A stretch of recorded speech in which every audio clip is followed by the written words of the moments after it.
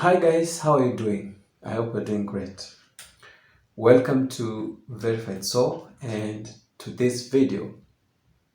Now, as you can tell, this is a very important video to all of you because it will handle the concerns that people have raised regarding their cases and their interviews.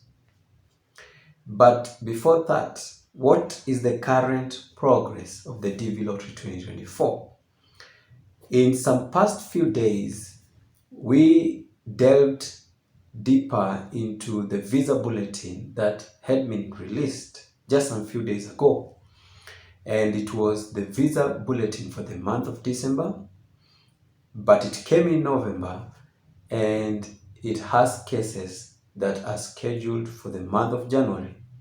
I hope that one we know that it came in the month of November. It was called the December Visa Bulletin and affects the cases that are scheduled for the month of January. Now, at this time that we are watching this video, people from different parts of the world are getting the second notification letters for their interviews. And their interviews have been scheduled in the month of January. So the January interviews are being scheduled. People are receiving the second notification letters for their interviews scheduled in the month of January. And again, interviews are actively being scheduled.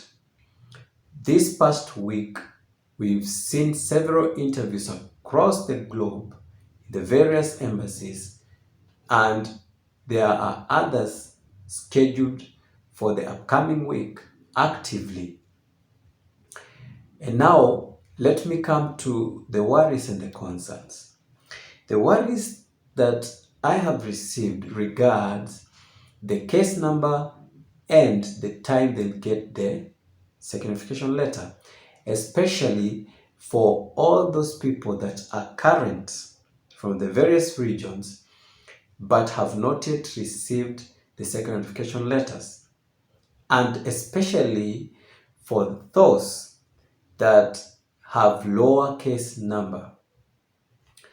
Some are saying they became current like 2 months ago and they have not yet gotten their 2NL, and they are asking why.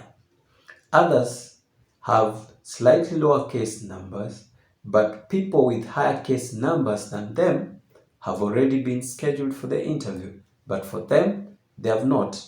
Now, let me clear the air here. One thing that you must note, and I've discussed it severally, is that for a case number that is slightly higher than yours to receive their second notification letters, the appointment letters, before you, that is normal. A slightly higher case number can receive the appointment before a lower case number. That is normal and should not be a worry, because you will get scheduled. It does not mean that it's over with you. And let me, before I proceed, clear this out, that if you became current in this month and then this month becomes over before you're scheduled for the interview, it does not mean that it is over with you. No. If you became current in the month of October and up to now you have not gotten scheduled, remember that anytime you can get scheduled. It does not matter whether October went. No. Anytime you can be scheduled for the interview when that time comes. And now, remember that for you to get scheduled, there are many things that come along.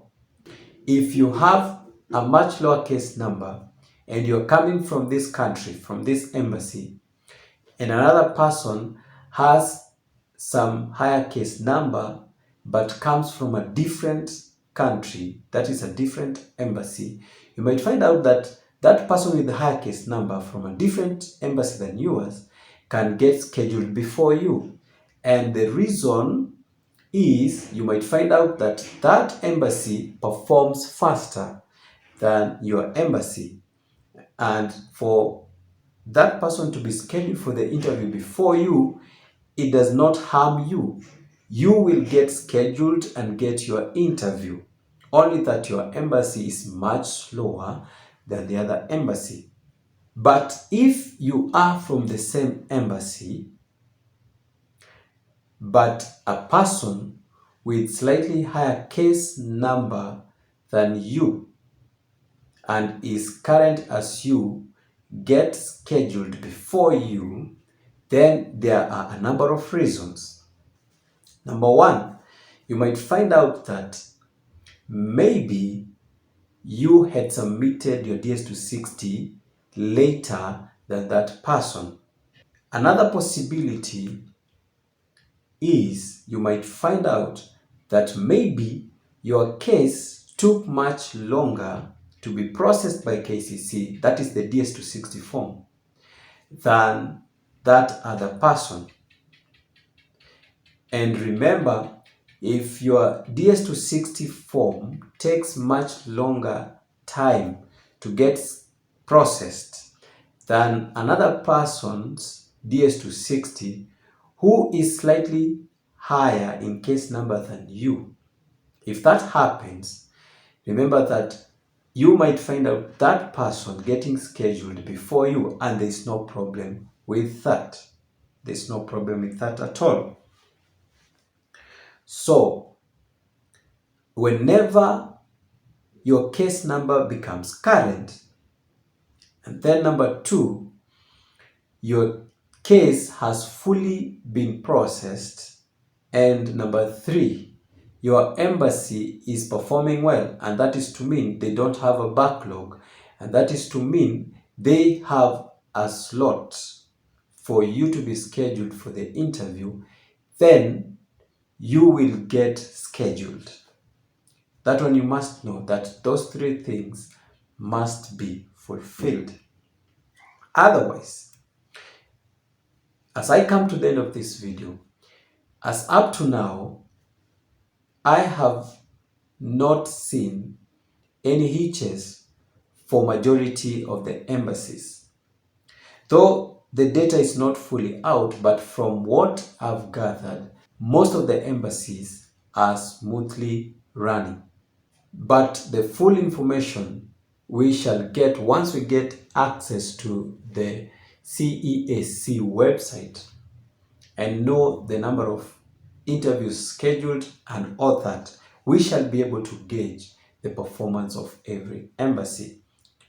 So I saw it good that I answered these queries and these concerns even as I discussed the progress of the DV Lottery 2024. So please do me a favor by liking the video and becoming a member of this family. Let's grow together. Please subscribe if you have not, share the video with your friends, and let's meet in the next video.